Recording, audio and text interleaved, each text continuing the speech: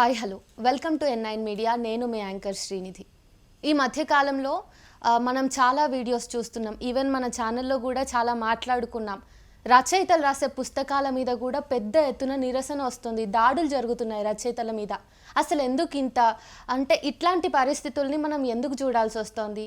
ఒక పుస్తకాన్ని వేయాలంటే కూడా ప్రభుత్వం నుంచి కానీ సంఘాల నుంచి కానీ పర్మిషన్ తీసుకోవాలా? ఇట్లాంటివన్నీ వినిపిస్తున్నాయి కదా. ఈ నేపథ్యంలో ఈ మధ్యకాలంలో చాలా కాంట్రవర్సీగా మారినటువంటి ఈ పుస్తకాన్ని చారిత్రక వాస్తవాలతో నిరూపితమైన అయింది అని చెప్పేసి తిరుపతి బాలాజీ కూడా బౌద్ధ క్షేత్రమే అనేసి ఒక పుస్తకం వచ్చింది. సో దీని గురించి మాట్లాడదాం. అసలు ఎందుకు తిరుపతి అనేది మనందరం హైందవ మతానికి సంబంధించిన ఒక క్షేత్రంగా చూసుకుంటాం కదా, మరి దీన్ని బౌద్ధ క్షేత్రం అనడానికి అసలు వీళ్ళు ఎట్లాంటి ఆధారాలు చూపిస్తున్నారు అవన్నీ మాట్లాడడానికి ఈరోజు ప్రస్తుతం మనతో అయితే ఉన్నారు ప్రముఖ జీవశాస్త్రవేత్త దేవరాజు మహారాజు సార్. నమస్తే సార్. నమస్తే అమ్మ. సార్, ఈ బుక్ చాలా కాంట్రవర్సీగా ఉంది కదా ప్రస్తుత రోజుల్లో. అయితే ఫస్ట్ కవర్ పేజ్ చూసినప్పుడు కూడా అనిపించింది, ఎందుకు మరి ఇది నిజంగా అంటే మనందరం తెలుసుకోవాల్సిన అంశం అయినప్పుడు ఇన్ని కాంట్రవర్సీస్ ఎందుకు వస్తున్నాయని. అయితే ప్రత్యేకించి ఈ బుక్ని మీరే రిలీజ్ చేశారు, లాంచ్ చేశారు కదా బుక్ ఫేర్లో. సో మీరైతేనే కరెక్ట్గా చెప్పగలరు అనిపించింది. అసలు ఈ పుస్తకాన్ని వ్యాలిడ్ చేయడానికి మన దగ్గర ఉన్న పాయింట్స్ ఏంటి సార్? దాని మీద చాలా చారిత్రక అంశాలు ఉన్నాయి, చాలా సాహిత్యం ఉంది. చాలామంది పరిశోధకులు తిరుపతి మీద ఆ క్షేత్రం మీద పరిశోధనలు చేశారు. అయితే అవన్నీ ఈ కాలము వాళ్లకు అందకపోవచ్చు, వాళ్ళు తెలుసుకోకపోవచ్చు. అందువల్ల ఈ గొడవలు ఏవో అయితే చేస్తున్నారో అవి జరుగుతూ ఉన్నాయి. నిజానికి ఇప్పుడు మనం మాట్లాడుకుపోయే విషయాలు కూడా ఎవరి మనోభావాలను దెబ్బతీయాలని కానీ ఎవరిని మనము బాధ పెట్టాలని కానీ కాదు. ఎందుకు అంటే సాహిత్యపరంగా సాహిత్య గ్రంథాల ద్వారా తెలిసిన సమాచారము, చారిత్రక పరిశోధకులు ఇచ్చిన సమాచారము మన దాకా అందింది కాబట్టి ఆ ఆధారాలను చూపెడుతూ ఇది ఒకప్పటి బౌద్ధ క్షేత్రము అని మనకు అర్థమైంది. మనకు అర్థమైన విషయాన్ని మన ప్రజలకు తెలియజేయటం కానీ మన ముందు తరాల వారికి ఆ విషయాలు అందించటం కానీ చేయటం మన బాధ్యత అనుకొని మనం ఈరోజు ఈ పూట దీని మీద సమీక్షించుకుంటున్నాం. మీరు ఒక్క విషయం గమనించండి, తిరుపతి అనేది బౌద్ధంలో నుంచి వచ్చిన థేరోపతి నుండి తిరుపతి వచ్చింది. థేరో అంటే ఏమిటి?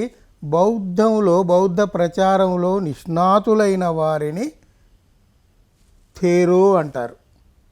అంటే ఒక యూనివర్సిటీలో కనుక ఉన్నత స్థాయికి పోయితే ప్రొఫెసర్ అంటారు కదా, అట్లా ఆ బౌద్ధం మీద క్షుణ్ణమైన సమాచారం ఉండి అధ్యయనం చేసి దాంట్లో బాగా లోతుపాతులు తెలుసుకున్న వాళ్ళను థేరో అంటారు. ఆ థేరోపతి నుండే థియరీ అనే ఇంగ్లీష్ పదం కూడా వచ్చిందని ఒక జర్మన్ శాస్త్రవేత్త ఈ మధ్య బయటపెట్టాడు. సరే, అవన్నీ అట్లాంటి విషయాలు చాలా ఉన్నాయి. ఇప్పుడు మనం ప్రిసైజ్గా ఈ పుస్తకానికి సంబంధించిన విషయాలు మాట్లాడుకోవాలంటే, ఒక 8 ఏళ్ల క్రితం నేను ఆన్లైన్లో ఈ original writing doctor Jamna Das రాసిన ఒరిజినల్ పుస్తకము నాకు ఆన్లైన్లో దొరికితే దాని ప్రింటౌట్లు తీసుకొని చదివి, అరే ఇది మన తెలుగు ప్రజలకు చెప్పాల్సిన అవసరం ఉంది కదా అని ఒక 2-3 వ్యాసాలు ఇన్ డీటెయిల్డ్గా నేను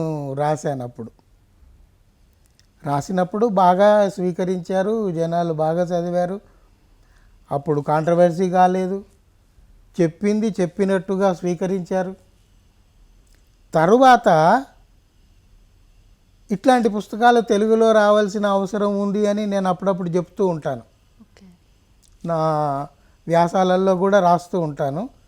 అందులో ఏఎన్ నాగేశ్వరరావు అనే అనువాదకుడు తిరుపతిలో ఉంటాడు. ఆయన దీన్ని టేకప్ చేసి అనువదించాడు. సమాంతర ప్రచురణకర్తలు, సమాంతర పబ్లిషింగ్ హౌస్ వాళ్ళు దాన్ని ప్రచురించారు. అయితే ఇటీవల మన హైదరాబాదులో బుక్ ఫెస్టివల్ జరిగినప్పుడు ఈ పుస్తకం మీరైతేనే బాగుంటుంది, దీని మీద మాట్లాడడానికి మీరే రావాలి, మీరే దీన్ని ఆవిష్కరించాలి అంటే నేను వెళ్ళాను, ఆవిష్కరించాను. ఆవిష్కరించిన తర్వాత వారం రోజుల వరకు ఏమీ లేదు, అసలు దాని గురించి ఎవరు ఏ చర్చ తీసుకురాలేదు. ఆ తర్వాత కావాలని కొందరు ఒక పుస్తకాల షాపులో పోయి గొడవ చేశారు అని తర్వాత వార్తలు మనకు అందుతూ ఉన్నాయి. ఇప్పుడు గొడవలు జరుగుతున్నాయి అంటే కేంద్ర ప్రభుత్వంలో ఉన్నవాళ్ళు జనాల్ని విడగొట్టి, మతపరంగా విడగొట్టి కొన్ని చర్యలు ఏవైతే చేస్తున్నారో వాటికి అనుగుణంగా ఇక్కడ అక్కడ కర్ణాటకలో వాళ్ళందరిని ఎందుకు చంపేశారు? గౌరీ లంకేష్, కల్బుర్గి, దుబోల్కర్, ఈ రైటర్స్ని అందరూ ఎందుకు చంపేశారు? వాళ్ళు చనిపోయినప్పుడు భారతీయ చరిత్రలో ఇట్లా రచయితల్ని చంపటం అనేది ఇప్పటి వరకు లేదు. మొదటిసారి ఈ మధ్య జరిగింది. దాన్ని నేను నిరసిస్తూ అవార్డు వాపసి అని ఒక పుస్తకం రాశాను. అది మార్కెట్లోకి వచ్చింది 5-6 ఏళ్ల కింద.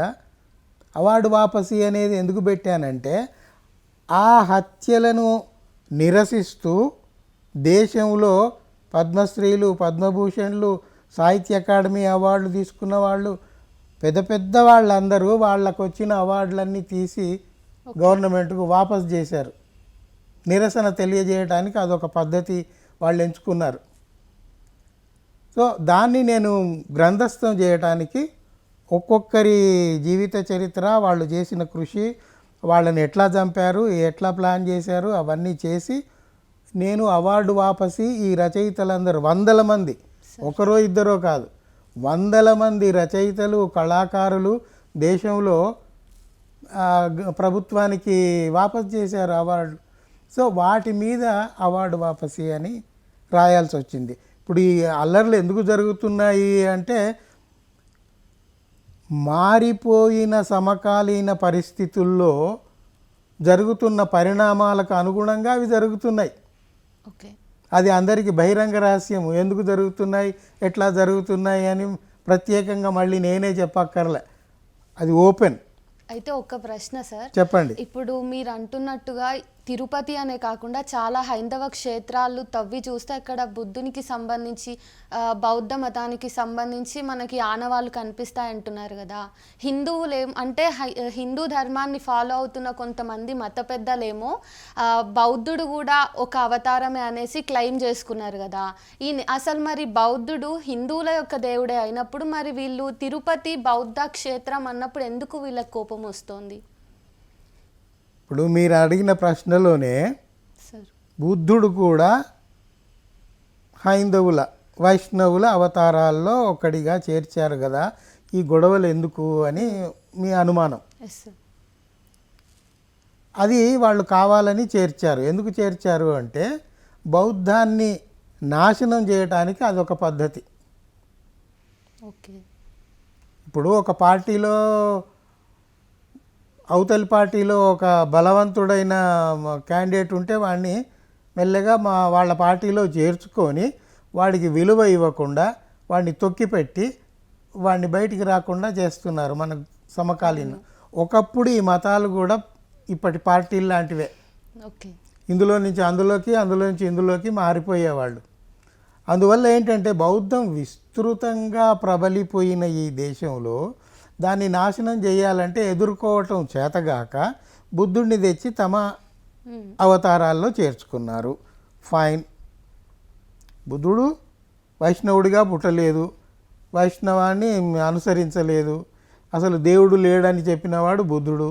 అట్లాంటి వాడిని దేవుడిగా చేసి మీరు చేశారు. నాది ఒక చిన్న ప్రశ్న ఏమిటంటే దేశవ్యాప్తంగా ఎన్నో బౌద్ధ క్షేత్రాలు అవసాన దశలో ఉన్నాయి, కూలిపోయి ఉన్నాయి ఆరామాలన్నీ. మరి వైష్ణవులకు బుద్ధుడు ఆరాధ్య దైవం అయితే మీరు అక్కడ పోయి దాన్ని ఎందుకు ఉద్ధరించరు? నిజమే. ఇప్పుడు ఒక ముస్లిం అయిన సాయిబాబా, ఈ నాట్ హిందూ గాడ్, సాయిబాబాను తెచ్చి వెండి కిరీటాలు పెట్టి గుళ్ళు కట్టి మీరు పూజలు చేస్తున్నారు కదా. అట్లాగే మరి బుద్ధుణ్ణి అవతార పురుషుడిగా చేసుకున్నప్పుడు బౌద్ధ క్షేత్రాలు ఎక్కడుంటే అక్కడికి పోయి వాటిని ఉద్ధరించి బుద్ధుడు మా దేవుడు అని చెబుతూ ఎందుకు చేయట్లేదు? అంటే బుద్ధుడు మావాడే అని చెప్పుకోవటం వరకే కానీ బుద్ధుడు ఏం చెప్పాడనేది వాళ్ళు పట్టించుకోరు. సార్, బౌద్ధాన్ని పునరుద్ధరిద్దాము అని కూడా వాళ్ళు పట్టించుకోరు. ఇది ఒక రకమైన ప్లాన్ ప్రకారం జరుగుతూ వస్తుంది. దీని వెనుక చాలా హిస్టారికల్ బ్యాక్గ్రౌండ్ చాలా ఉంది. సార్, ఇప్పుడు ఆ డీటెయిల్స్లోకి పోతే ఇప్పుడు ఇటీవల నేను చెప్తున్నదో లేకుంటే నాకంటే ఒక 10 ఏళ్ళు 20 ఏళ్ళు ముందు జమునా దాస్ చెప్పిందో ఇంతవరకే పరిమితం కావటం లేదు. నేను కాకతీయుల కాలం నాటికి పోతున్నా. కాకతీయుల కాలంలో ఆయనే శ్రీకర భాష్యం అని ఒక కావ్యం వచ్చింది. ఆ శ్రీకర భాష్యంలో శ్రీపతి పండితుడు అనే అతను ఈ విషయాలు రాశాడు. తిరుపతి క్షేత్రం బౌద్ధ క్షేత్రం అని ఆయన అప్పుడే రాశాడు. ఎప్పటి కాకతీయులు? ఎప్పుడో కదా.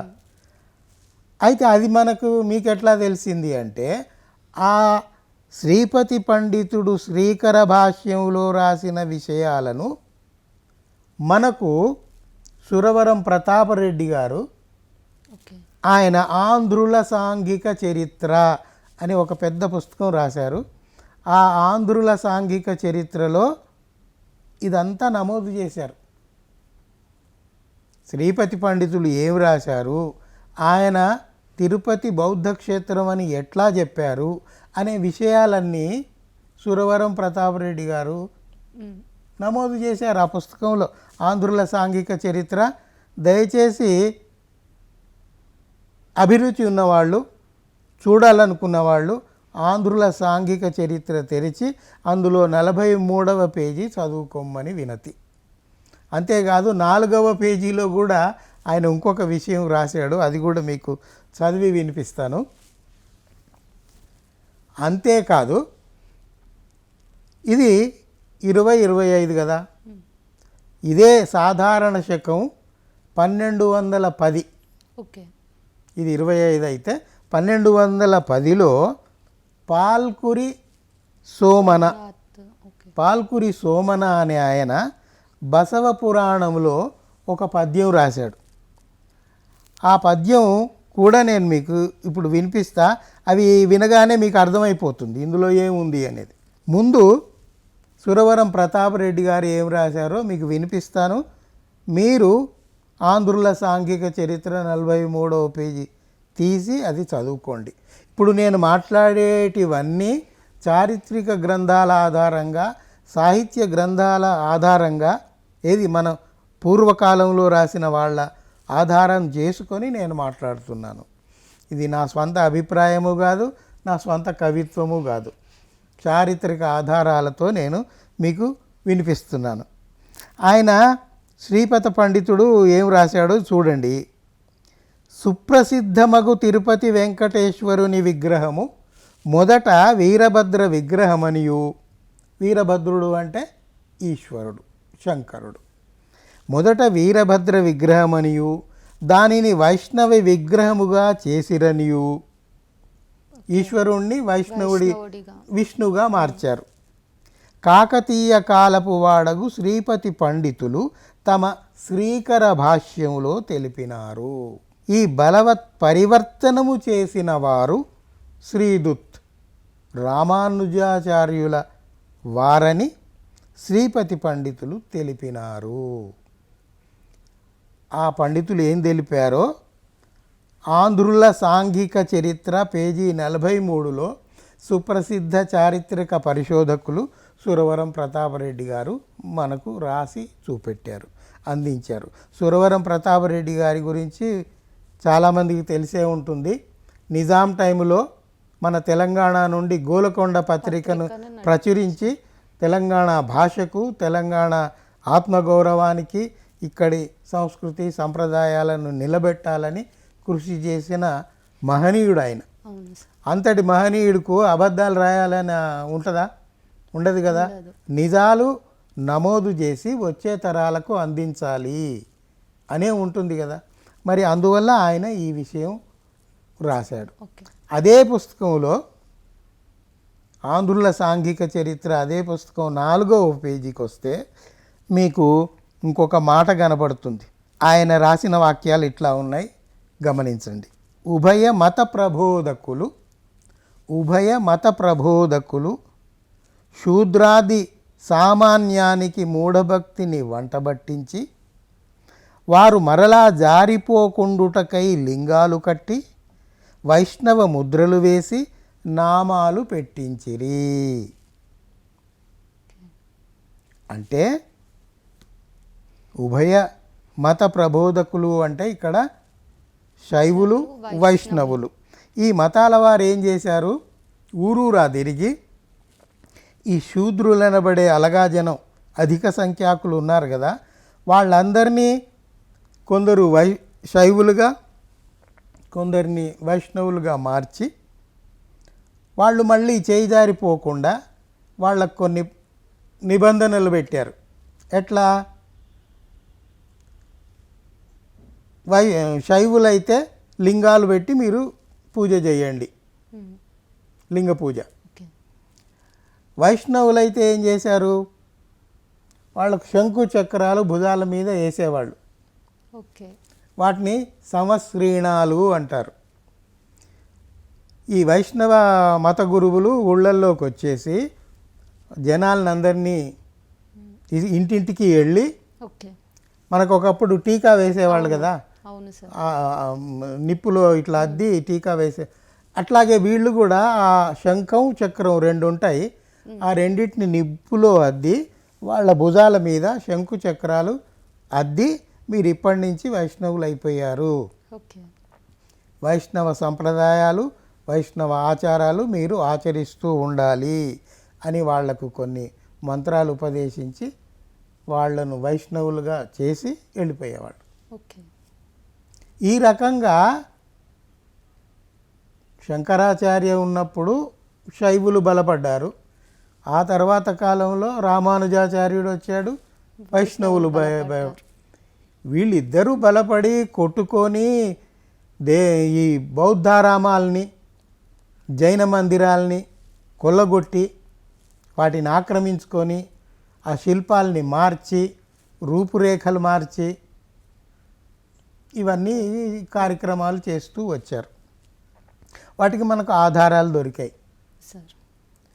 ఇప్పుడు దీని గురించి ఏది తిరుపతి దేవుడి గురించి ఆ కాలంలో వీళ్ళిద్దరు కొట్టుకోవటం వల్ల కొంతకాలానికి వాళ్ళకే అనిపించింది, మనిద్దరం కొట్టుకుంటుంటే అసలు నిజం బయటపడి ఇది బౌద్ధుల క్షేత్రం అని ఎక్కడ అందరికీ తెలిసిపోతుందో, అరే మనం కొట్లాటలు ఆపుకొని ఏదో ఒక పద్ధతిలో రాజీ పడాలి అనేది వాళ్ళు ఆ రాజీ పడుతూ వచ్చారు.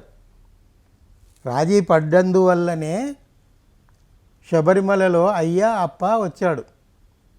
అయ్యకు అప్పకు పిల్లలు పుట్టరు కదా, ఇద్దరు మగవాళ్లే. అయినా కూడా వాళ్ళ కేసు కోర్టు దాకా పోయింది. కోర్టు కాకపోతే ఆ కోర్టు ఆస్థానం వాళ్ళు కూడా కోర్టులో వచ్చి అయ్యా తప్పైపోయింది, మేము ఇట్లా చేశాము అని ఒప్పుకున్నారు. అవన్నీ డాక్యుమెంటేషన్ దొరుకుతుంది.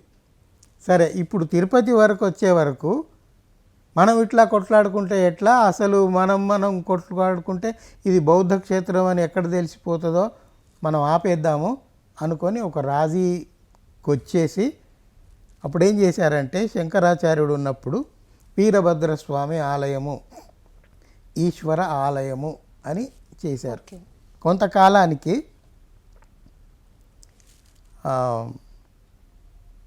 రామానుజాచార్యులు వచ్చి వైష్ణవాలయంగా మార్చాడు.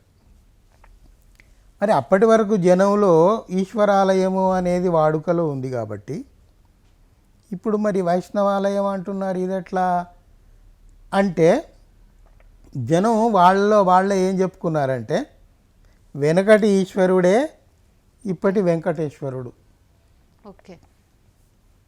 వెనకటి ఈశ్వరుడే వెంకటేశ్వరుడు అనేది వాడుకలోకి తెచ్చారు. సింపుల్గా అయిపోయింది. అప్పటి ఈశ్వరుడు ఇప్పుడు వెంకటేశ్వరుడు అంటే విష్ణు రూపంగా తయారయ్యాడు. ఇప్పుడు మనం అడిగేది ఏమిటంటే వెంకటేశ్వర అనే పదమే తప్పు. వెంకట తెలుగు పదం, ఈశ్వర సంస్కృత పదం. తెలుగును సంస్కృతాన్ని ఎట్లా జోడిస్తారు?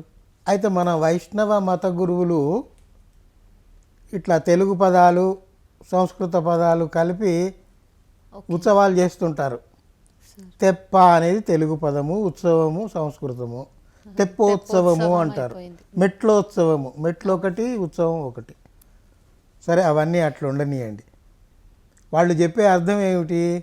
వెంకట, వేం అంటే పాపాలు, కట అంటే పరిహరించేది, మనం చెప్పుకోవాలంటే కట్ చేసేది. వెంకట పాపాలని తొలగించేది వెంకట. అయితే కొంతమంది పండితులు అడిగారు, ఈ వెంకటకు పాపాలు అనే అర్థం ఎక్కడ, ఏ భాషలో, ఏ డిక్షనరీలో ఉంది, దయచేసి చెప్పండి అని అడిగారు. దానికి 100 సంవత్సరాలైనా దానికి జవాబు రాలేదు, చెప్పేవాడు లేడు. ఇవి ఎట్లా ఉంటాయంటే మత గురువులు చెప్పేది మేము చెప్తున్నాం, మీరు వినండి అంతే, ప్రశ్నించొద్దు.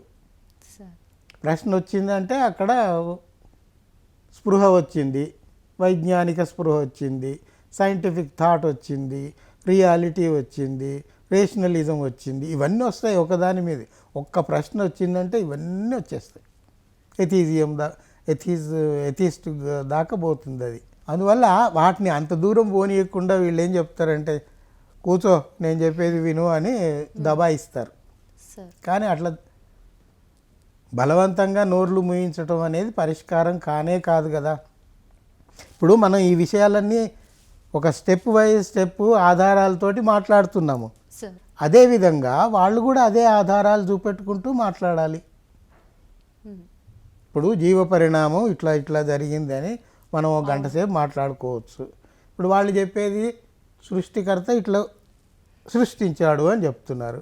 అదే ఎట్లా సృష్టించాడు, ఆ థీరీ ఏమిటి, దాన్ని మాకు ఎక్స్ప్లెయిన్ చేయండి అంటే లేదు. అదే కదా మనకు వచ్చిన భేదాభిప్రాయాలు.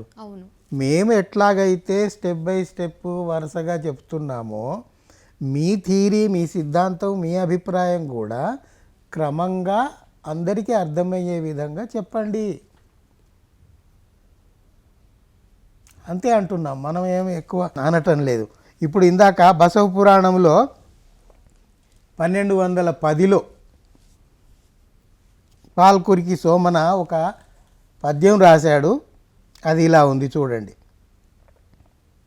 జైన బౌద్ధ చార్వాక దుష్పథ సమయములు.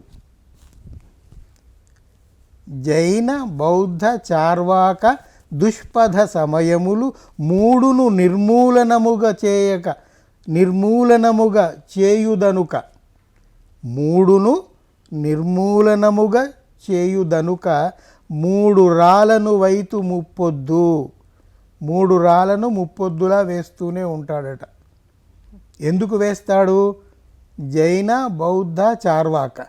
జైన బౌద్ధ చార్వాక ఈ 3 విధానాలు ఏవైతే ఉన్నాయో వాటిని నిర్మూలనము చేయుదనుక, వాటిని నిర్మూలనం చేయడానికి 3 పొద్దుల 3 రాళ్లను విసురుతూనే ఉంటాము అని రాసుకున్నాడు. అంటే బౌద్ధం మీద, జైనం మీద, చార్వాకం మీద మేము మా వైష్ణవులము మేము ముప్పొద్దున 3 పొద్దులు 3 రాళ్ళు విసురుతూనే ఉంటాము అని నమోదు చేశారు. మరి దానివల్ల లాభం ఉందా? లాభం ఉందా అంటే వాళ్ళు లాభం పొందినంత వాళ్ళు పొందారు. కానీ పరిశోధనలు వచ్చిన కొద్దీ, ప్రశ్నలు వచ్చిన కొద్దీ, జనంలో చైతన్యం వచ్చిన కొద్దీ విషయాలు అవగతమవుతున్నాయి. ఎంత లోతులో పాతిపెట్టబడినా కూడా వాటిని బయటికి తీస్తున్నాం. ఎందుకంటే డిఎన్ఏ ఉందనుకోండి, అదేంటి మొత్తం శరీరం నాశనం అయిపోయినా ఇంత ఎముక ఉన్నా ఆ ఎముకలో నుంచి డిఎన్ఏ తీసి అది ఎవరిది ఎట్లాంటిది మొత్తము మనకు స్ట్రక్చర్ అంతా వస్తుంది. సైంటిఫిక్ డెవలప్మెంట్ అంతవరకు పోయింది. అట్లాగే ఈ ఆధారాలు, శిలాశాసనాలు ఉన్నాయి, కాయిన్స్ ఉన్నాయి. వీటన్నిటిని బట్టి మనము చారిత్రక ఆధారాలు తీసుకుంటున్నాము. వాటిని బట్టే మనము విషయాల్ని అనలైజ్ చేస్తున్నాము. అందువల్ల వీటిని కొట్టిపారేయడానికి వీలే లేదు. అయితే ఇక్కడ కొన్ని మనకు వెంకటేశ్వర మహత్యము సినిమా చూసినా, దానికి సంబంధించిన వైష్ణవులు చెప్పే కథలు చెప్పినా కొన్ని పాత్రలు కనిపిస్తాయి. ఏం పాత్రలు? వైకుంఠం అనే ఒక ప్లేసు, అక్కడ భృగు మహర్షి, ఆకాశరాజు, పద్మావతి, ఇవన్నీ కల్పిత పాత్రలు. ఎందుకంటే వాటికి ఆధారాలు లేవు. ఓకే. ఇప్పుడు మనం ఇందాక చెప్పినట్టు పాల్కురికి సోమన, కాకతీయుల రుద్రమాదేవి చారిత్రక ఆధారాలు ఉన్నాయి. మరి వీటికి ఆధారాలు ఏవి? విష్ణువు, ఓకే విష్ణు, ఆయన ఎప్పుడు పుట్టాడు, ఎక్కడ తిరిగాడు, ఎప్పుడు? బుద్ధుడు అంటే పుట్టింది, పెరిగింది, తిరిగింది అంతా మనకు నమోదై ఉంది. చారిత్రక పురుషుడు ఆయన, అందువల్ల మేము నమ్ముతాము. కల్పిత పాత్రల్ని మీరు నిజము అని అనుకోమని నమ్మమని అంటే కొద్దిగా ఇబ్బందిగా ఉంటుంది కదా. అక్కడే మనకు భేదాభిప్రాయాలు వస్తున్నాయి. ఇప్పుడు ఏం చేశారు, తర్వాత కాలంలో ఇదంతా వీటి మధ్య నడుస్తున్నప్పుడు అక్కడ శబరిమలలో ఏది హిందూ ముస్లిం సమైక్యత సాధించటానికి మధ్యలో కొన్ని పాత్రలు కూడా సృష్టించారు. శబరిమలలో వావర్ అని ఉంటాడు. ఆ శబరిమలలో వావర్ అంటే ఎవరు కాదు, బాబర్. బాబర్ను వాళ్ళు వావర్ అని పలుకుతారు. ఓకే. ఆ వావర్ ఎవరు? శబరిమల భక్తుడు అని అక్కడ ఒక కథ పుట్టించి చెప్పారు. అట్లాగే తిరుమలలో ఏం చేశారు, బీబీ నాంచారి ఈ వెంకటేశ్వరుని భార్య అని అదో కథ పెట్టారు. అసలైతే ఆ పద్మావతియే ఆది బౌద్ధురాలు, అంటే నిమ్న వర్గాలకు చెందిన బౌద్ధరాలు.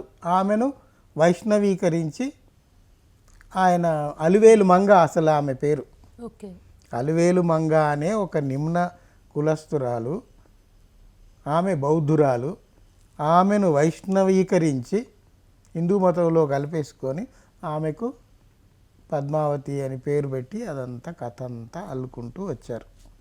ఇది అక్కడ జరిగింది. ఇంకా గట్టిగా చెప్పాలంటే నేను ఒక రిఫరెన్స్ ఇస్తాను. అభిరుచి ఉన్నవాళ్ళు ఆన్లైన్లో కానీ ఇతరత్ర కానీ సైట్స్లో వెతికి చూసుకోండి. A history of south India, a history of south India from prehistoric times to the fall of Vijayanagara. Prehistoric times నుండి విజయనగర పతనం వరకు ఆయన ఒక చారిత్రక గ్రంథం రాశాడు. ఆయన పేరు కె.ఏ. నీలకంఠ శాస్త్రి. ఈ కె.ఏ. నీలకంఠ శాస్త్రి మీరు ఆన్లైన్లో కొట్టండి, గూగుల్లో కొట్టండి, మీకు వస్తాడు. ఆయన ఎంత గొప్ప మహనీయుడు అంటే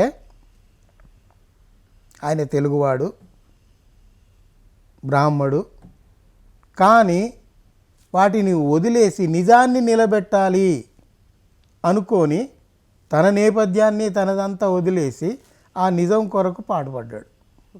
ఆయన అసలు పేరు కే అంటే కల్లిందై కుంచి, ఏ అంటే అయ్య, కల్లిందై కుంచి అయ్య నీలకంఠ శాస్త్రి పూర్తి పేరు.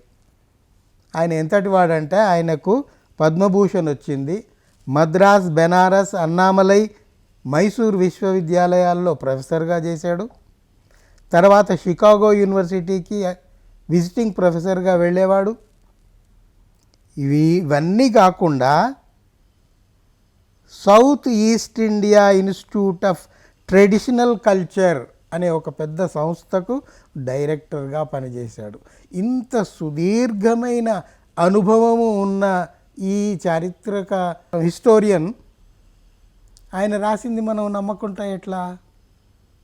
ఆయన అంత పరిశోధన చేసి అన్ని ఉన్నతమైన పదవులు అనుభవిస్తూ కూడా సర్వేలు చేస్తూ కూడా మనకు సమాచారం అందించాడు కదా, వాటిని మనం కాదని ఎట్లా అంటాం? అందువల్ల నేను చెప్పే ఈ పుస్తకాలన్నీ దయచేసి మీరు కూడా వెతికి చదివి నేను చెప్పిన ఈ నిజాలా అబద్ధాలా మీరు తేల్చేసుకొని అప్పుడు మాట్లాడండి. అంతేగాని ఏదో ఒకటి నోటికి దోచిందల్లా మాట్లాడతాము అంటే అది కుదరదు. సార్, ఇప్పుడు మీరు ఇవన్నీ కూడా సాహిత్యమే అంటున్నారు, కల్పిత పాత్రలనే అంటున్నారు కదా, పురాణాలు అవన్నీ కూడా. మరి అవన్నీ కల్పిత పాత్రలే అయినప్పుడు ఇంతమంది ఇట్లా కొట్టుకు చావడం అవసరం అంటారా? అవసరం లేదు. ఇప్పుడు మనం జరుగుతున్నది అదే. ఇప్పుడు ఇందాక పద్యంలో చెప్పాడు కదా, వీటిని నాశనం చేయడానికి మేము రాళ్ళు వేస్తూనే ఉంటాము అని.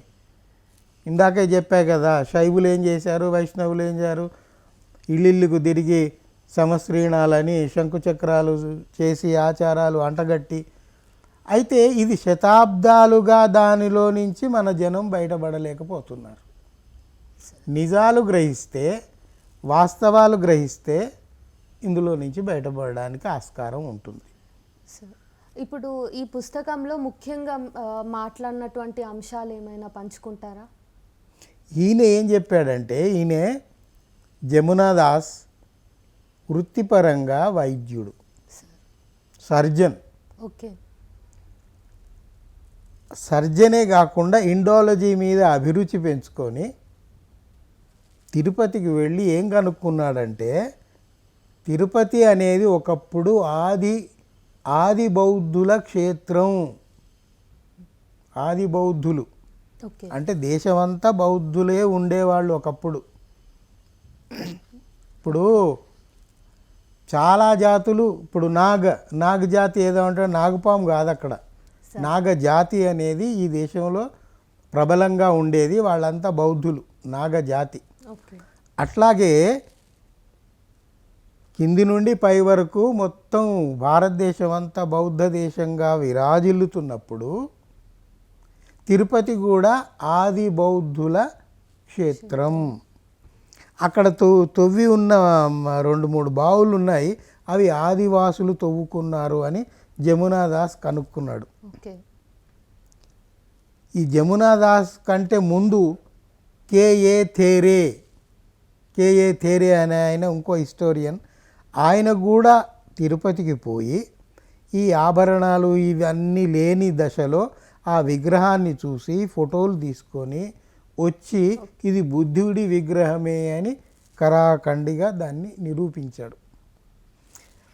అయితే దాన్ని బట్టి ఈయన కూడా మన జమునా దాస్ కూడా వెళ్ళి అక్కడ ఉండి పరిశోధన చేసి తేల్చింది ఇది. ఇప్పుడు వాళ్ళు చెప్తున్న విషయాలు ఏమిటంటే, వెంకటేశ్వరి విగ్రహం చూడండి, మీకు ఈ కుడి చెయ్యి ఇట్లా కిందికి చాపి ఉంటుంది, అది బుద్ధుడి ముద్ర. ఏ వైష్ణవ దేవుడైనా, మీరు వైష్ణవులకు సంబంధించినది ఏ దేవాలయానికి పోయినా మీకు ఆశీర్వాదం ఇచ్చినట్టుగా ఇట్లా ఉంటుంది, కానీ ఇట్లా ఉండదు. ఇంకొకటి ఏంటంటే, వైష్ణవ దేవుళ్ళు ఎవరైనా కూడా పాలకడిలో పడుకొని ఉంటాడు, లేదా ఇటు అటు భార్యలు ఉంటే వాళ్ళ మధ్యలో కూర్చొని ఉంటాడు, మనకు అది తెలుసు. కానీ ఇట్లా ఏదేదో స్టాచ్యూ లాగా నిలబడి ఉండటం అనేది ఏ హిందూ దేవుడు కూడా ఉండడు కదా. మరి ఇక్కడ ఒకడే దేవుడు ఉన్నాడు, పక్కన భార్యలు ఎవరు లేరు, పరివారం లేదు. హిందూ దేవుళ్ళన్నీ పరివారాలతో ఉంటాయి, భార్య కొడుకు.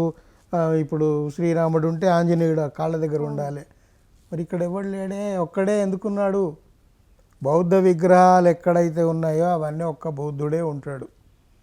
బుద్ధుడి భార్య, బుద్ధుడి తండ్రి, బుద్ధుడి తల్లి అట్లా ఉండరు. అది కూడా బుద్ధుడి ముద్రతో ఉంది. ఇంకొకటి, మీరు బుద్ధ శిల్పాలు చూసినప్పుడు గమనించండి, బుద్ధుడి చెవులు కిందికి ఇట్లా సాగి ఉంటాయి, తర్వాత గుంగురు ఎంటికలు ఉంటాయి, తర్వాత పైన ముడేసి ఉంటుంది. ఇక్కడ ఈ వెంకటేశ్వర విగ్రహంలో చేసింది ఏమిటి అంటే, ఈ వెంట్రుకలు పై ముడి ఇవన్నీ కనబడకుండా పొడుగుపాటి కిరీటం పెడతారు. మామూలుగా ఉండదు కిరీటం, చాలా పొడుగుంటుంది. ఎందుకు ఇవన్నీ కవర్ కావాలని అట్లా పెట్టారు. ఓకే సార్, చాలామంది హిందువులు ఏం మాట్లాడుకుంటారంటే మూల విరాట్ ఏదైతే ఉందో తిరుపతిలో అక్కడ ఎద దగ్గర ముట్టుకున్నప్పుడు తడి తడిగా అనిపిస్తుంది, మెత్తగా మనిషిని ముట్టుకున్నట్టు ఉంటుంది, ఇలాంటివన్నీ చెప్తారు కదా వాళ్ళు. అసలు నిజరూప దర్శనమే ఎవరికి ఇవ్వరు మీరు అన్నట్టుగా. మరి ఇవన్నీ ఉన్నాయి అండ్ మీరేమో బుద్ధుడు అంటున్నారు కదా. ఇంత కాంట్రాస్ట్ ఐడియాస్ అంటే మనం ఆధారాలతోటి చెప్తున్నాము.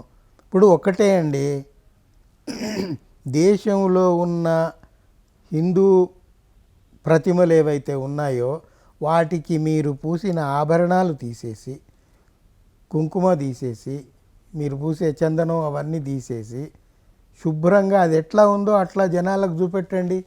సార్ కళ్ళు మూసుకొని ఉన్న బుద్ధుడి సమాధిలో ఉన్న విగ్రహం కనబడుతుంది.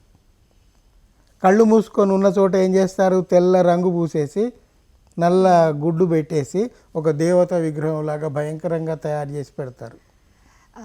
అయితే మీరు ఇట్లా మీరేమైతే చెప్పారో నిజరూప దర్శనాన్ని అందరికీ చూపిస్తే తెలుసుకోవచ్చు.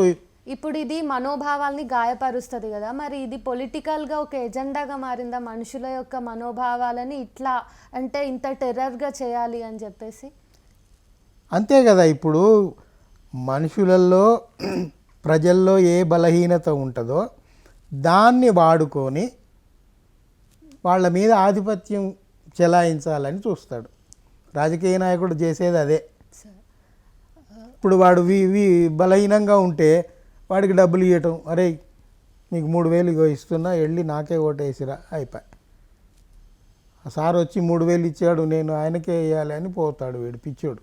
అట్లా ఇప్పుడు ఈయన చెప్పిన ఇంకొక 2-3 విషయాలు చెప్తాను. ఈ చెవులు పొడుగున్నాయి అని చెప్పాం కదా, ఈ చెవులు కనబడతాయా మనకు? కనబడకుండా పెద్ద పెద్దవి ఆభరణాలు ఉంటాయి. కిరీటం ఉంది, ఈ ఆభరణాలు ఉన్నాయి.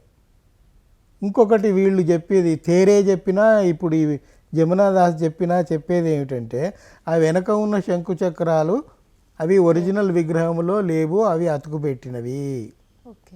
వెంకటేశ్వరుని ఛాతి మీద ఇక్కడ ఆయన భార్యల ఈ చిన్న ఫోటోలు ఉంటాయి, అవి కూడా పెట్టినాయి. అవన్నీ ఈ వస్త్రాలు మేకప్లు అన్నీ తీసేస్తే అసలు బుద్ధుడు బయటపడతాడు అని వాళ్ళు గట్టిగా చెప్తున్నారు. సార్ మళ్ళీ రాజకీయ పరిస్థితుల్లోకి వస్తే ఇప్పుడు ప్రస్తుతం ఏదైతే కేంద్రంలో ఉందో ఖచ్చితంగా హిందువుల మనోభావాల దగ్గరికి తీసుకొని వచ్చి, మొన్న జరిగిన దాడి కూడా అట్లానే జరిగింది కదా, ఇట్లా చేయటం వల్ల వాళ్ళకి రాజకీయ లబ్ధి ఏముంటుంది? వాళ్ళ ఆధిపత్యం చూపించుకోవటం. లబ్ధి ఏముంటుంది అంటే అంతే, మేము చెప్తున్నాం మీరు వినాలి. దేవుళ్ళ మీద నుంచి అన్నిటినీ ఇప్పుడు వాళ్ళ మోటోనే అది, మతాన్ని ఉపయోగించుకుంటున్నారు కదా. మతం అంటే దేవుళ్ళు. ఇంకా మనం లోతుల్లోకి పోతే హిందూ అనే పదం ఏ పురాణంలో లేదు, అది సింధు నుంచి వచ్చింది. ఆ చారిత్రక వివరాలు తెలుసుకుంటే మరి నోరెళ్ళబెట్టాల్సి వస్తుంది. ఫార్సీ వాళ్ళు మన దేశం సింధు నది దాటి వచ్చినప్పుడు వాళ్ళ దాంట్లో సా పలకదు, సాకు బదులు హా పలుకుతారు వాళ్ళు. బెంగాలీ వాళ్ళు వా పలకలేరు, బా అంటారు. దేవరాజు అంటారు, నన్ను దేవరాజు అనలేరు. అట్లాగే సింధు అని వాడు పలకలేరు. వాడు వచ్చినప్పుడు సింధు నది దాటి వచ్చాము అని చెప్పడానికి బదులు హిందూ నది దాటి వచ్చాము అన్నాడు. ఆ హిందూ అన్న పదము జియోలాజికల్ ఏరియాకు సంబంధించింది, కానీ అది మతానికి సంబంధించింది, తర్వాత చేయబడ్డది. సార్ ఫైనల్గా చెప్పండి, మీరు ఇలాంటి పుస్తకాలు అంటే హైందవ దేవాలయాలు బౌద్ధ రామాలయ అని చెప్తున్నారు కదా, ఇట్లాంటి పుస్తకాలని ప్రచురించడం ద్వారా మీరు ఏం చెప్పాలనుకుంటున్నారు పాఠకులకు? ఇక్కడ ఫలాని మతం గురించి, ఫలాని దేవుడి గురించి మాట్లాడటం కాదు, విషయాన్ని స్పష్టంగా అర్థం చేసుకోవటం, వాస్తవాల్ని బయటికి తీయటం, నిజాల్ని ప్రొజెక్ట్ చేయటం, జనాల్ని ఎడ్యుకేట్ చేయటం కోసమే ఇలాంటి పుస్తకాలు వస్తాయి. ఇంకొకటి చెప్తాను మీకు, ఇట్లాంటిదే సచ్చి రామాయణ్ అని పెరియార్ రాశాడు. రామాయణం ఇది కాదురా, సచ్చి రామాయణం, అసలైన నిజమైన రామాయణం ఇది అని ఆయన రాశాడు. దాని తెలుగు అనువాదం కూడా వచ్చింది, కావలసిన వాళ్ళు ఎతికి చదువుకోండి. ఇట్లాంటి పుస్తకాలు ఎందుకు వస్తాయి అంటే, ఈ కొన్ని మతాల వాళ్ళు నిజాల్ని కప్పిపెట్టి అబద్ధాల్ని ప్రచారం చేస్తూ వాళ్ళ ఆధిపత్యం కొనసాగించుకోవడానికి ప్రయత్నాలు చేస్తున్నారు. అట్లాంటి దశలో ఇది కాదు, ఇవి అబద్ధాలు, ఇవి నిజాలు అని తేల్చి చెప్పటానికి ఇట్లాంటి పుస్తకాలు బయటకు వస్తున్నాయి. ఇప్పుడు వాళ్ళ అభిప్రాయం వాళ్ళు చెప్పారు. చెప్పినప్పుడు మీరు దానితో ఏకీభవించకపోతే మీ అభిప్రాయాలు మీరు కూడా వెలిబుచ్చుతూ మీరు కూడా పుస్తకాలు రాయండి, మీరు కూడా వీడియోలు తీయండి, మీరు కూడా టీవీలలో చెప్పండి, రేడియోలో మాట్లాడండి, పబ్లిక్ స్పీచ్లు మాట్లాడండి. అంతేగాని ఆ పుస్తకం ఎవడో ఒక షాపులో పెట్టుకుంటే వాడి మీదకి పోయి ఇదెందుకు అమ్ముతున్నావు అని గొడవ చేయటం అనేది సరైన పద్ధతి కాదు. ఎవరి అభిప్రాయం వాళ్ళు నిరభ్యంతరంగా తెలియజేసుకోవచ్చు. ఇప్పుడు ఒక రచయిత ఒక అభిప్రాయానికి వచ్చి ఒక పుస్తకం పరిశోధన చేసి తనకు తెలిసిన నిజాలు చెప్పాడు. ఇప్పుడు నేను కూడా అదే చెప్తున్నాను కదా, నాకు దొరికిన కొన్ని ఆధారాలన్నీ మీ ముందు పెట్టాను. వీటి ఆధారంగా నాకు దొరికిన సమాచారం నేను మీతో పంచుకుంటున్నాను అని చెప్పాను. ఏ పుస్తకం ఎక్కడ ఉంది, ఎట్లా దొరుకుతుంది అనేది కూడా కొంత చెప్పుకుంటూ వచ్చాను. మీరు ప్రయత్నించండి, మీరు చదవండి. మీకు వాటితో భేదాభిప్రాయాలుంటే ఎక్కడెక్కడ భేదాభిప్రాయాలున్నో, ఎక్కడ విభేదిస్తున్నారు అనే విషయాలు రాయండి. మీరు పుస్తకాలు రాయండి, మీరు పత్రికలకు రాయండి. మీరు చేయాల్సింది మీరు చేయండి. అంతేగాని ఎదుటివాని నోరు మూయిస్తాము, ఇట్లాంటి పుస్తకాలు రాసిన వాడిని మేము చంపేస్తాము, కొడతాము అనేది దుర్మార్గమైన మార్గం. దాన్ని ఏ మతము కూడా ఆశించదు. మనము అందరము మనుషులము. మనిషి కేంద్రంగా మన ప్రయత్నాలు ఉండాలి. మనిషిని బతికించుకునే విధంగా మన ప్రవర్తన ఉండాలి. అంతేగాని మనుషుల్ని నాశనం చేసే విధంగా ఉండకూడదు. అందువల్ల మనిషిని ఎట్లా ఉద్ధరించుకుందాము, అభివృద్ధిలోకి తెచ్చుకుందాము, అతని జీవితకాలం ఎట్లా పెంచుకుందాము, ఆరోగ్యంగా ఎట్లా ఉంచుకుందాము, పుచ్చిపోయిన మెదళ్లతో కాకుండా ఆరోగ్యవంతమైన వివేచన గల మెదళ్లతో జనాల్ని ఎట్లా తయారు చేద్దాము అనే కృషిలో మనమందరం భాగస్వాములం కావాల్సి ఉంది. ఆ ప్రయత్నంలో నేనున్నాను, మీరు కూడా ఉండండి.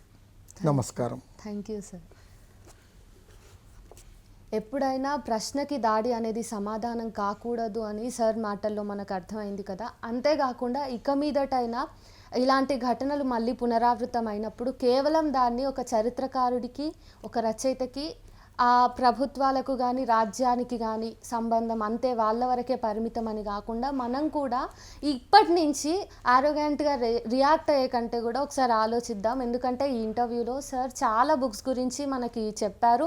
ఆ రెఫరెన్సెస్ అన్నీ కూడా మనం ఒకసారి చదివి ఆ తర్వాత ఒక హెల్దీ డిబేట్ని మనం కొనసాగిస్తే బాగుంటుంది. అంతేగాని దాడులు అనేవి సరైనవి కావు.